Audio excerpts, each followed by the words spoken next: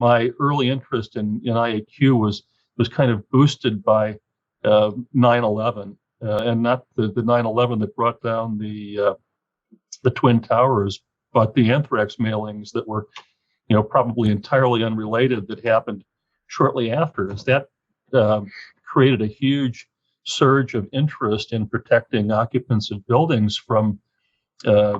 both chemical and biological contaminants. And we did a lot of research that, from my point of view, was just indoor air quality research, but it was really funded out of concern about future terrorist attacks on buildings. And so that started us along a path that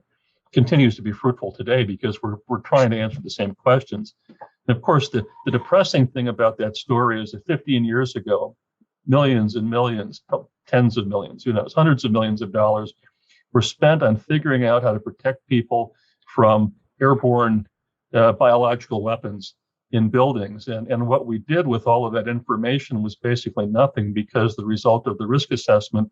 was that, well, it's so unlikely to happen in any given building that we just don't need to do anything. And so 20 years later, when COVID-19 came along, we had the same kind of buildings we had back then, and we're seeing what happens when you have a severe biological aerosol threat in the building, and they're designed the way we've been designing them for many decades.